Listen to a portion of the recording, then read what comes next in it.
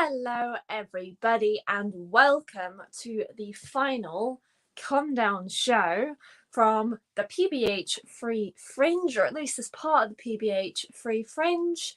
Hello, everyone. My name's Gemma, but you can call me Gem. I'm messing it up already. But hello, everybody, and welcome to the final countdown show. Countdown, come down. Wow. Clearly, I should have just stuck to the original plan of like dancing or baking or something like that rather than a more talky activity. But that was originally my plan, was to do something fun like dancing or baking, or even taking you climbing with me, which is part of the things that I love doing. But then I thought, this is the final show. We are at the end of not only the free Fringe, which actually ends in a couple of days. So if you're up in Edinburgh, you've still got time to see shows. And if you're not up in Edinburgh, you've still got time to see shows on the virtual Fringe. But it is also the end of a week. And usually at the end of the week, or usually I try and do it as regularly as possible nowadays, but I like to journal. And I know that it's not a case of Dear Diary. I know that journaling can, and I feel like sometimes for some people holds the stigma of it's a Dear Diary moment, or it is associated with really, really A-type people who are really into their mental health, which I am. But I thought I'd share with you a couple of points that I focus on when I journal with a little bit more effort, because I think there's a difference between checking in, and I do that regularly. I sit and I have on my tablet, I've got a little note, and in my little book, I do regular check-ins where I just write down what's going on in here. How am I feeling? What am I concerned with? What are the thoughts that are happening? And that can be really, really helpful, just to kind of monitor how you're doing. But sometimes we should do, and we can do, a little bit more than just stream of consciousness writing. And I thought that I would take you through that process today. So get yourself comfortable, get a pen. If you're A-type like me, get a pen that's got multiple different colours. And get a notebook or a piece of paper. Or if you're more of a tablet person and a text sort of technology person, grab that. And what we're going to do is we're going to start at first with a few just sort of temperament drops. So literally on a scale of low, medium, high, right? Low, medium, high. Don't make it more complicated than that. 1, 2, 3, low, medium, high. How's your mood? Right? I have it written down as literally mood LMH, and I circle it, or I used to do faces where I draw a face. But how's your mood? I'm really checking on that. Then the second point, same process, low, medium, high. How are your stress levels? Right? How are you feeling stress-wise? And again, low, medium, high. How are you feeling on the scale of joy? How happy are you? Just literally check it in, write it down, feel your gut. And what's your dominant emotion? Like on an emotional level. Are you low, medium, high? But also, what is the dominant emotion that you're feeling at the moment? Mine is still tired, and also excited, because I definitely like to sit in a little bit of attention. But I'm tired just physically, and I'm still quite excited about it being Fringe time, and I did a show, and that's quite cool, and yay. Also, on a physical side, how are you on a low, medium, high, right? Like physically, what are you feeling like? And this can be entirely up to you. A low might be that you're comfortable, high, and with the high being that you're physically not okay. But it could be the other way around. For me, it's the other way around, where I say, well, physically, if it's high, that means I'm like, cool, peak strength, and low means that I'm bloody exhausted, and I'm still sitting at a low for that. But then the next step, once you've kind of just done those really, really systematic check-ins, which can actually, when you break it down like that, for me always just, puts it into perspective of going, actually, my stress levels are much higher than I thought that they would be at this point when I was predicting a couple of weeks ago. But also, I didn't realize that's how high I was. So then, but the next step is kind of elaborating on that. It's that stream of consciousness writing, or stream of consciousness thinking. So just under the heading of thoughts, like what's going on in your head. And that's what I do, is I sit and I write down, well, what are the things that are playing on my mind? And when we say playing on our mind, we tend to, as a culture, think of, well, what are the concerns? And this isn't necessarily the concerns. This is just, what are the things that are on your mind? So for example, the thoughts on my mind are, what am I going to do with Happiness Anonymous? Where am I going to be able to take it next? When can I start doing that? What am I going to have as the last Comedown show? But I've given that a big tick. I have been really obsessing, and it's currently in the oven, ready for me to finish this and then celebrate with this. I have been obsessing over having a roast chicken dinner, so that's in the oven for me, and that's very happy. And I've been planning that for days. So all of these things would go into the thought bucket. I have become rapidly and completely obsessed with Harry Styles today. That was a new thing. I have no idea how that ended up. I think I saw a meme and then went, what's that song? And then have had it on repeat all day.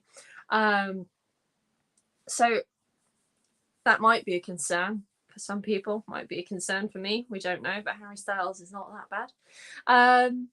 And just jot down the thoughts that you're having. What are the things that are part of your existence and your mental space right now? And once you've done that, I'm pausing to give you a little bit of a, whilst you sit and you think and you write. And these can be bullet points, these can be like a Dear Diary entry. All of these things can be, however you want to present them. You could even just be thinking about them. But I do encourage you to write them, to commit them to paper, just because it facilitates you with the ability to look back on it, now in a couple of minutes' time, in a week's time, to be able to kind of reflect and assess on what you've said. But once you've finished just sort of brain dumping your thoughts, the next thing I always move on to are, what are the stresses, right? What is stressing me out? What is concerning me? What is worrying me? Money at the moment, if only because every bit of messaging that I'm getting from the outside world is bills. Anyone in the UK, I think, is feeling that right now. So that is just a big concern for me. I don't think I have to be concerned about it, not particularly, but the messaging certainly isn't helping. Which, when I write that down, I actually sit and think, well, when you're writing down your stresses, you can think, well, why am I stressed about this? Where is this coming from? And so I will consume slightly less news and slightly less memes, because even just for a couple of days, just because I feel like it's compounding down into my stress. So if anybody needs me, you don't have to get in touch with me directly, unfortunately. But what are the other stresses? For me, a stress is that I am tired and I don't want to be, because I am a energy bunny who's got no patience, so I want to go out and do my show again. Other stresses could be as simple as just, Do I like the colour blue enough? But write down the things that are stressing you out. Take a moment as you're writing them to consider where are they coming from, right? Don't be critical, don't bully yourself, none of that. We always lead all of these processes with kindness, and we always sit and think, okay, the words that I'm saying to myself right now, if I'm saying things like, oh, well, of course it's my fault, and oh, I should have done this, and XYZ, if we're bullying ourselves, always think, would you say this to a child? Would you say this to a 4-year-old? Because if you would, then you're a bit of a bastard. But 9 times out of 10, you wouldn't say something as critical as mean or as bullying as that to a kid. No, most of those thoughts are our bully parrot. So we take a blanket and we put it over the cage so that the parrot shuts up. But write down the things that are stressing you. I find it quite cathartic to do that. I find it quite cathartic to sit committed to paper, and also it feels like it gets it out of my brain, and then I can start assessing it and figuring out, well, what's the solution? I'm a very solution-driven person. But to temper that, what are the things that you are grateful for? That's my third heading, is gratitude. This is a really, really well-known thing. It's a really, really well-known practice for joy and for mental health, is gratitude journaling. But I just write down just a few things I'm really, really grateful for. You know, despite the fact that my voice is starting to feel tired, I'm really, really grateful for everybody at the Oval Arts Depot who helped teach me a little bit more about caring for my voice and breathing in a way that has facilitated me being able to do the last 2 weeks of performance and also existing as a human being. And I can sing now. It's amazing. It's exciting. And that's the thing that I'm grateful for. I'm also grateful for the rain that we've had and the heat that we've had. It's a typical British remark, is to be obsessed about the weather. I'm grateful for the dinner I'm about to eat. I'm also super grateful for the fact that I did my show last week. I was in Edinburgh, my favourite place, at the Edinburgh Fringe Festival, which singularly, like a heroin addict, I adore. Doing a show I've worked on for so long, and it worked. And not only am I grateful that I was afforded the opportunity to go to Edinburgh Fringe with my show, and also I'm grateful for the support that I got before it, during it, with these amazing people that just stepped up and went, we're not going to let you do this alone because we like you, which is awesome. But I was super grateful that the show works. Wow. I'm also incredibly grateful to all of the other acts that just brought the community back together, and super grateful for all of the audiences that allowed themselves to take a risk on a show called Happiness Anonymous in the backwaters of Edinburgh, and proved to me that it worked. Wanted to have conversations with me afterwards about the show and about their general mental spaces. But I'm super grateful for all of that, and I'm grateful for the staff. I'm grateful for so much right now. I'm also grateful that all of it has made me feel alive and reminded me that, yeah, that's me. That's how I feel alive. So I'm really, really grateful for that. I'm grateful that I have a job. And you can range your gratefulness from the very base things through to very, very specific things and big things that may be happening to you.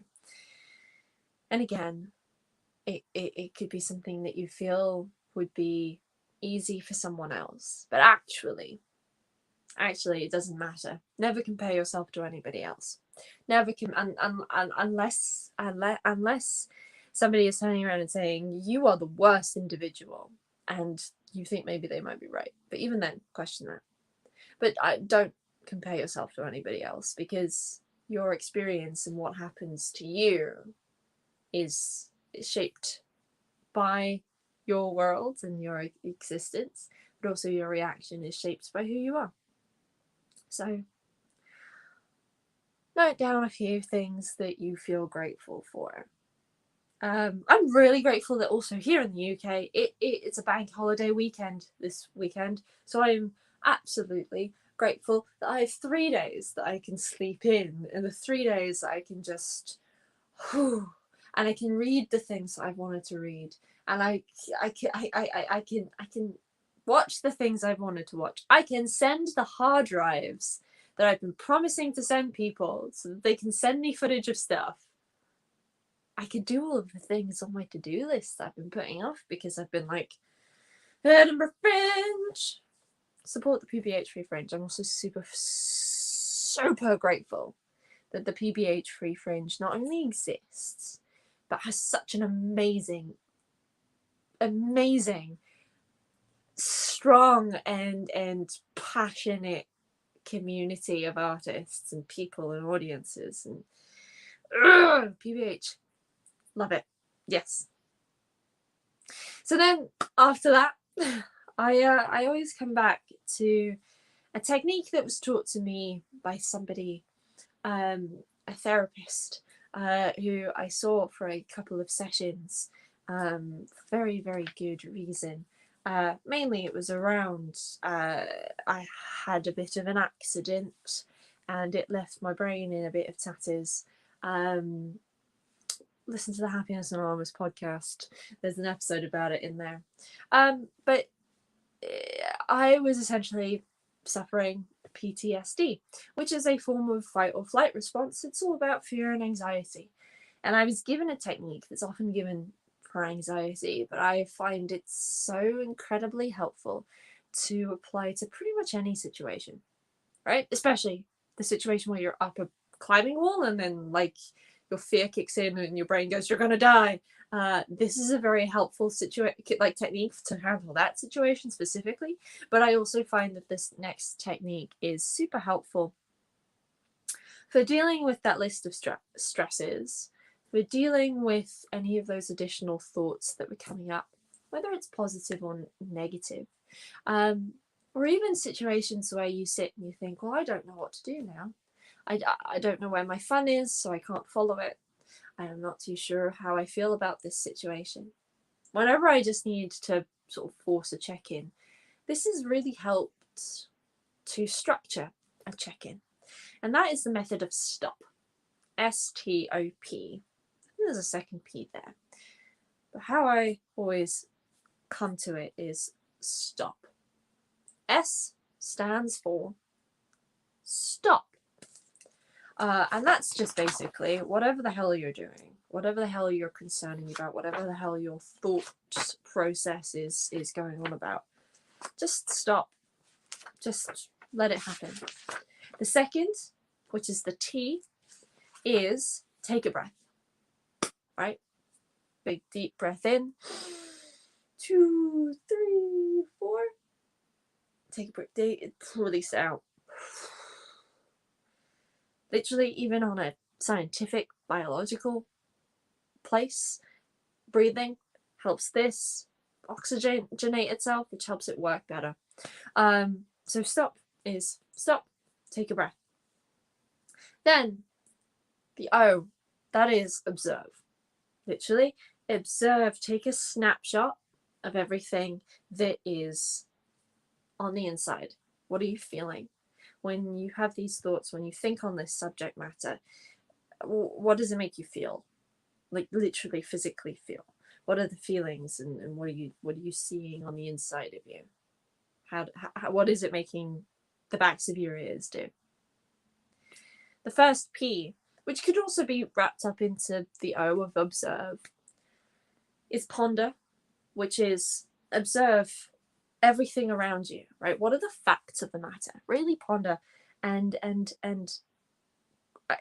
grounded assessment. That's what I've got in my notes, is a grounded assessment of what are the facts of the situation, right?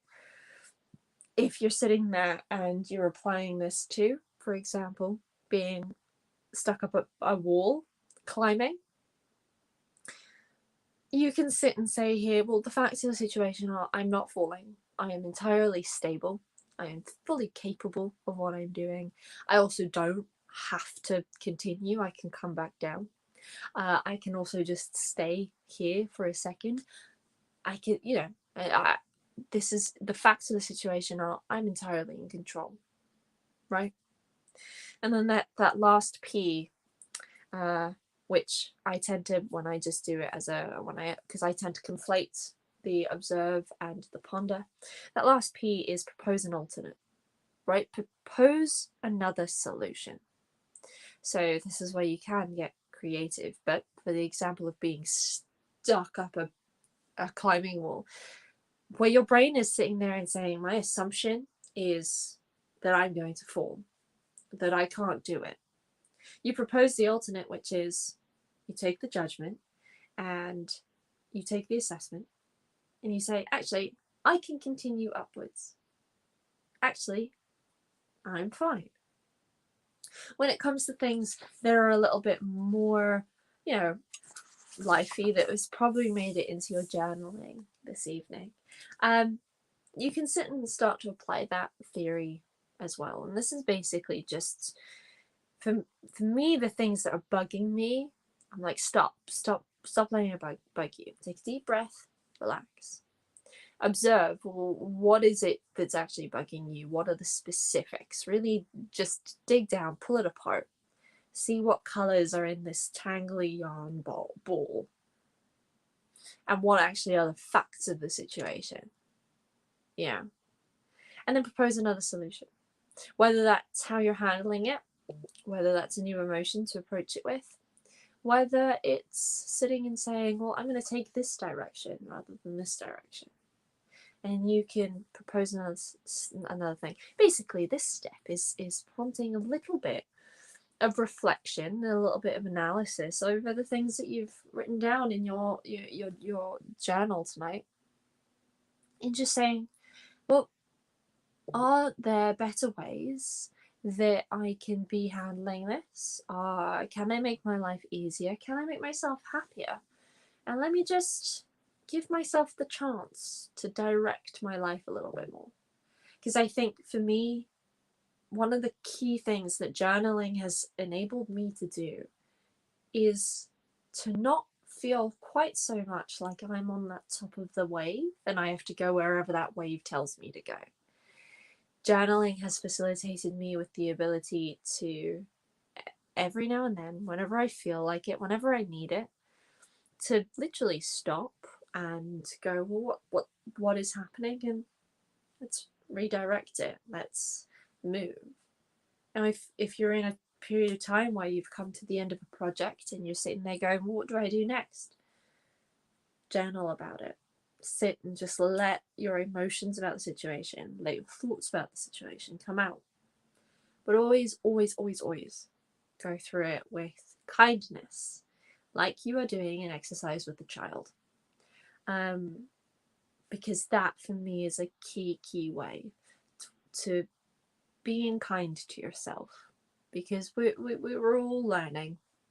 And whenever we deal with kids, most of us tend to try and teach them things and be gentle in teaching them things and be understanding that they don't know everything about the world. And when we're older and we deal with ourselves, a lot of us expect that we should know everything. And a lot of us should expect that we don't need to learn anymore. Or at least learning doesn't feel like it factors into how we treat ourselves, when we're all learning every day about how to handle this big, beautiful, wonderful world, full of everything you could possibly imagine. Now, before I start singing Bo Burnham's Welcome to the Internet, because, yep, I'm going to stop there. And I'm going to thank each and every one of you, everybody who has watched a fragment of this, everyone who's watched a fragment or all of any of the other episodes. They're all in the playlist that hopefully you found this video in. And I'm going to thank everybody who supports art, who went to the Edinburgh Fringe Festival, who is taking part and also watching virtually. And anybody who came to see and took a punt on the little show that could, called Happiness Anonymous. And even if you haven't come and seen it in person, that's totally fine. Give me a bell and I will bring it to you. That is my plan. You have supported Happiness Anonymous by watching this video. There are podcasts, there are interviews, there are share shows. To everybody who's ever supported this little show that could, thank you. But yes, this has been a PBH Free Fringe virtual show as part of the 2020 Edinburgh International Fringe Festival. My name has been Gemma, but you can call me Gem. And until the next one, I will see you later. Bye.